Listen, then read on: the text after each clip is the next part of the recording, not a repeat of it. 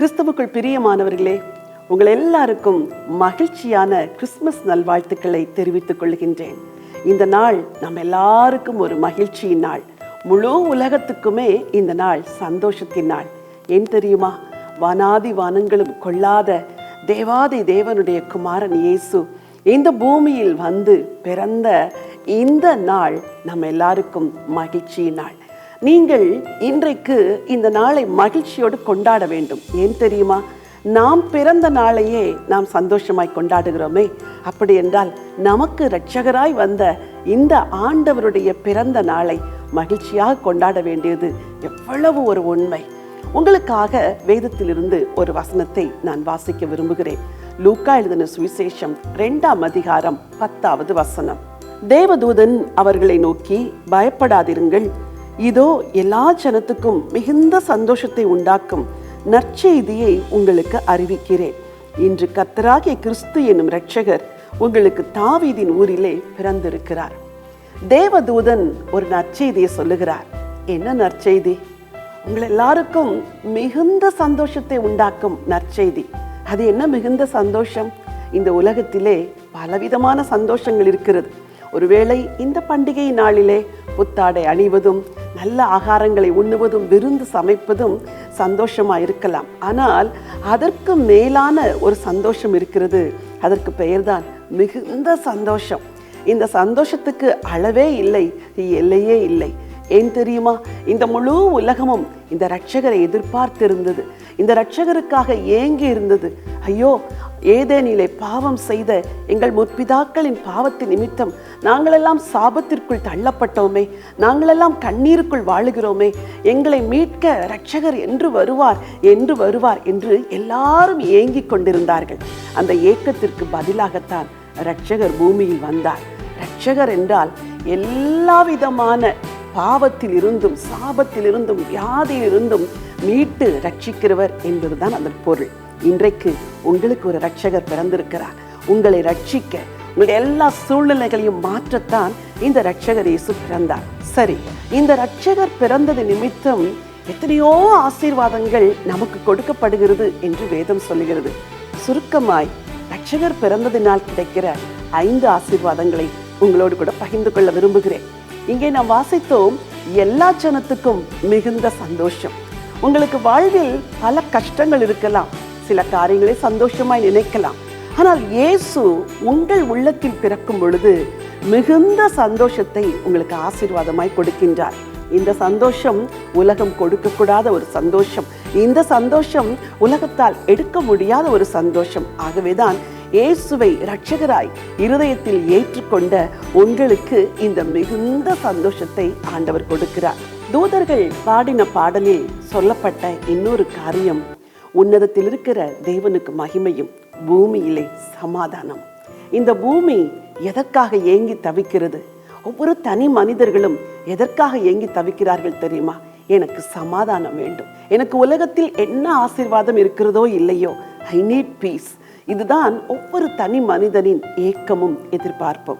இன்று கூட உங்களுக்கு அந்த சமாதானத்தை கொடுப்பதற்குத்தான் இந்த இரட்சகர் பூமியிலே வந்தார். குழப்பத்தில் இருக்கிறீர்களா? திகைத்து போய் இருக்கிறீர்களா? நான் கிறிஸ்துமஸ் பண்டிகையை கொண்டாடுகிறேன், ஆனால் மனதில் சமாதானம் இல்லை, எனக்கு சந்தோஷமே இல்லை என்று சொல்லுகிறீர்களா? உங்களுக்கு உலகம் கொடுக்கக்கூடாத ஒரு சமாதானத்தை, உலகம் எடுக்க முடியாத ஒரு சமாதானத்தை இந்த இரட்சகர் இயேசு கொடுப்பதற்குத்தான் இந்த பூமியில் வந்தார். வாழ்க்கையிலே பிரச்சனைகள் பெரிதாக இருக்கலாம், அவைகள் எல்லாவற்றுக்கும் மேலாக ஒரு தெய்வீக சமாதானத்தை உங்கள் உள்ளத்தில் தந்து உங்களை ஆண்டு நடத்துவதற்குத்தான் ஒரு இரட்சகர் பூமியிலே வந்தார். 3ஆவதாக, இரட்சகர் பிறந்ததினால் உண்டான ஆசீர்வாதம் என்ன தெரியுமா? மனுஷர் மேல் பிரியம். உலகத்தில் ஒவ்வொரு மனிதனும் அன்புக்காக ஏங்குகிறார். உலகத்தில் உள்ள அன்புகள் அவனை திருப்தி செய்வதில்லை. எவரும் உலகத்தில் உள்ள அன்பு நிறைவானது என்று சொல்லுவதும் இல்லை. நிறைவான ஒரு அன்பு, அதற்கு பெயர் பிரியம் என்று வேதம் சொல்லுகிறது. இயேசு ஏன் பூமிக்கு வந்தார் தெரியுமா? உங்கள் மேல் தன்னுடைய பிரியத்தை காட்டும்படி, தன் அன்பை காட்டும்படி. அந்த அன்பின் உச்சகட்டமாக அவர் சிலுவை வரை சென்று தன்னுடைய ஜீவனை கொடுத்தார். என் அன்பு சகோதரனே, என் அன்பு சகோதரியே, இதை விட உங்களுக்கு மேலான ஆசீர்வாதம் இந்த உலகத்தில் என்ன வேண்டும் சொல்லுங்கள். ஒரு தெய்வீக அன்பு உங்கள் உள்ளத்தில் ஊற்றப்படுவதற்காகவே இயேசு பூமியில் வந்தார். இயேசு உங்களை நேசிக்கிறார். பாவிகளாய் பாவம் செய்து ஏதேனை விட்டு தள்ளப்பட்ட நம்முடைய முற்பிதாக்கள் செய்த பாவத்தின் தண்டனையெல்லாம் நீக்கி இனிமேல் நான் உங்கள் மேல் அன்பு செலுத்த போகிறேன் என்று தன் அன்பை காட்டும்படிதான் இயேசு பூமிக்கு வந்தார். உங்களுக்கு ஒரு தெய்வீக அன்பு இருக்கிறது. உங்களை நேசிக்கிற ஒரு அன்பு இருக்கிறது. யார் உங்களை வெறுத்தாலும் உங்களை மார்போடு அணைத்துக் கொள்ளுகிற ஒரு அன்பு இருக்கிறது. அந்த அன்பை கொடுப்பதற்குத்தான் இயேசு பூமியிலே பிறந்தார். இன்னொரு வசனம் ஒரு ஆசீர்வாதத்தை சொல்லுகிறது. அந்த வசனத்தை வாசிக்க விரும்புகிறேன். லூக்கா எழுதின சுவிசேஷம் 2ஆம் அதிகாரம் 25வது வசனம். அப்பொழுது சிமியோன் என்னும் பெயர் கொண்ட ஒரு மனுஷன் எருசலேமில் இருந்தான். அவன் நீதியும் தேவபக்தியும் உள்ளவனாயும் இஸ்ரவேலின் ஆறுதல் வர காத்திருக்கிறவனாயும் இருந்தான். அவன் மேல் பரிசுத்த ஆவியானவர் இருந்தார். சிமியோன் என்ற ஒரு தேவனுடைய மனுஷன் இஸ்ரவேலின் ஆறுதல் வர காத்திருந்தாரா? இந்த இயேசுக்கு மறுபெயர் ஆறுதல். இயேசு உலகத்திற்கு ஏன் வந்தார் தெரியுமா? இந்த உலகம் ஆறுதலற்று தவிக்கிறது.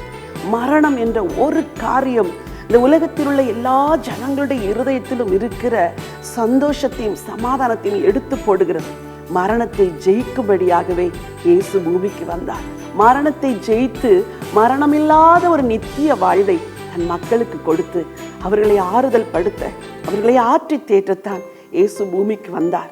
சாத்தானின் பிடியில் சிக்கி தவிக்கிற முழு மனுக்குலத்தையும் பிசாசின் பிடியிலிருந்து விடுதலை செய்து அவர்கள் மேல் அன்பை பொழிந்து ஆற்றி தேற்றும்படியாகத்தான் இந்த இரட்சகர் பூமிக்கு வந்தார்.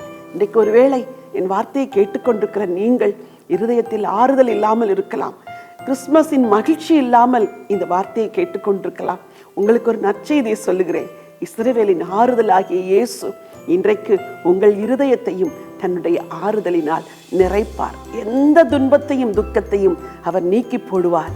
இயேசு அதற்காகவே பூமியில் வந்து பிறந்தார். கடைசியாக ஆண்டவர் இயேசு ஏன் பிறந்தார்? அதே அதிகாரம் 30வது வசனத்தில் புறஜாதிகளுக்கு பிரகாசிக்கிற ஒளியாக இயேசு பிறந்தார். இந்த முழு உலகமும் இருளில் வாழ்ந்து கொண்டிருக்கிறது. பிசாசின் ஆதிக்கத்தில், பிசாசின் பிடியில், பிசாசின் கொடூர கரங்களில் இந்த முழு உலகமும் தத்தளித்து கொண்டிருக்கிறது. இயேசுவாகிய இரட்சகரோ இந்த பூமியில் இருளில் வாழுகிற மக்களுக்கு ஒளியை கொடுக்க பிறந்தார். உங்கள் வாழ்விலும் இருக்கிற இருளை நிச்சயமா இயேசு நீக்குவார். அதற்குத்தானே அவர் பிறந்தார். உங்கள் மனதில் இருக்கிற இருளையும் இயேசு நீக்குவார். குழப்பத்தில் இருக்கிறீர்களா? தனிமையில் இருக்கிறீர்களா? வாழ்க்கையில் வெளிச்சமே இல்லை என்று நினைக்கிறீர்களா? எல்லாரும் கிறிஸ்துமஸை மகிழ்ச்சியாய் கொண்டாடுகிறார்கள், எனக்கு மாத்திரம் வாழ வழி தெரியாததினால் நான் கண்ணீரில் வாழ்கிறேன் என்று சொல்லுகிறீர்களா?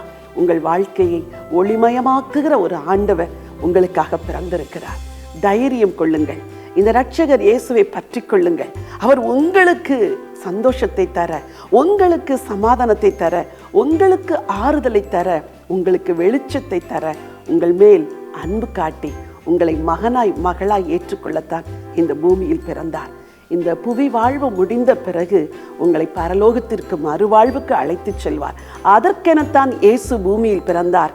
ஆகவேதான் வேதம் சொல்லுகிறது, இதோ எல்லா ஜனத்துக்கும் மிகுந்த சந்தோஷத்தை உண்டாக்கும் நற்செய்தியை உங்களுக்கு அறிவிக்கிறேன். எல்லா ஜனத்துக்கும் மிகுந்த சந்தோஷம் என்றால் உங்களுக்கும் அந்த சந்தோஷம் சொந்தம் தானே. எல்லா ஜனங்களுக்கும் சமாதானம் என்றால் உங்களுக்கும் அந்த சமாதானம் சொந்தம் தானே. எல்லா ஜனங்களுக்கும் ஆறுதல் என்றால் அந்த ஆறுதல் உங்களுக்கும் சொந்தம் தானே. எல்லா ஜனங்கள் மேலும் பிரியமா இருக்க இயேசு வந்தார் என்றால் உங்கள் மேலும் இயேசு பிரியமா இருக்கிறார் தானே.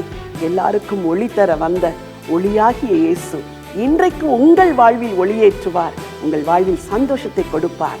இந்த இயேசுவை தெய்வமாய் இருதயத்தில் ஏற்றுக்கொள்ளுங்கள். இந்த இயேசு பிறந்ததற்காய் நன்றி செலுத்துங்கள். மகிழ்ச்சியோடு அவரை துதியுங்கள், ஸ்தோத்திரியுங்கள்.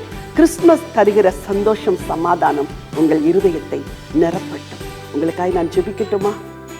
அன்பின் ஆண்டவரே, பரலோக பிதாவே, உம்முடைய குமாரனாகிய இயேசுவை எங்களுக்காக இந்த பூமியில் அனுப்பி கொடுத்தீரே, உமக்கு நன்றி அப்பா. எல்லா ஜனத்துக்கும், உலகத்தில் மனிதனாய் பிறந்த ஒவ்வொருவருக்கும் சந்தோஷத்தையும் சமாதானத்தையும் கொடுக்கும்படி உம்முடைய மகனை இந்த பூமிக்கு அனுப்பினீரே, உமக்கு நன்றி அப்பா. ஜீவனை கொடுக்கும்படி பூமிக்கு வந்த இரட்சகர் இயேசுவுக்காக நன்றி செலுத்துகிறோம் அப்பா. எங்களை நேசித்ததினால் உம்முடைய குமாரனையே எங்களுக்கு பரிசாய் கொடுத்தீர். அதற்காக உமக்கு கோடான கோடி ஸ்தோத்திரம். இன்றைக்கும் ஆண்டவரே, என் வார்த்தையை கேட்ட உம்முடைய ஜனங்களுக்காய் விசேஷமாய் ஜெபிக்கிறேன். யார் யாருடைய வாழ்க்கையில சந்தோஷம் இல்லையோ, உலகம் கொடுக்கக்கூடாத சந்தோஷம், உலகம் கொடுக்கக்கூடாத சமாதானம், உலகம் கொடுக்கக்கூடாத ஆறுதல், உலகம் கொடுக்க முடியாத ஒரு அன்பு, பாசம் அவர்கள் இருதயத்தை நிரப்பட்டும் அப்பா.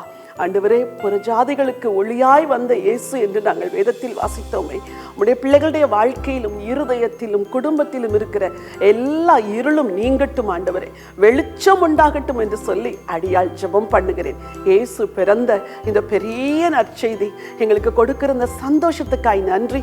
அந்த சந்தோஷம் உடைய பிள்ளைகள் ஒவ்வொருவருடைய இல்லத்தையும் உள்ளத்தையும் நிரப்பட்டும் என்று சொல்லி அடியாள் நான் ஜெபம் பண்ணுகிறேன். இந்த நாளிலிருந்து இவர்கள் வாழ்க்கையில பெரிய மகிழ்ச்சியும் சமாதானமும் ஆறுதலும் உண்டாகட்டும். உடைய பிள்ளைகள் ஒவ்வொருவரையும் ஆசீர்வதிப்பீராக. இயேசுவின் நாமத்தில் ஜெபிக்கிறேன் நல்ல பிதாவே, ஆமென், ஆமென். பிரியமானவர்களே, கிறிஸ்து இயேசு பிறந்த இந்த மகிழ்ச்சி உங்கள் உள்ளத்தையும் உங்கள் இல்லத்தையும் நிரப்பட்டும் என்று மனதார வாழ்த்துகின்றேன். Wish you a happy Christmas. God bless you.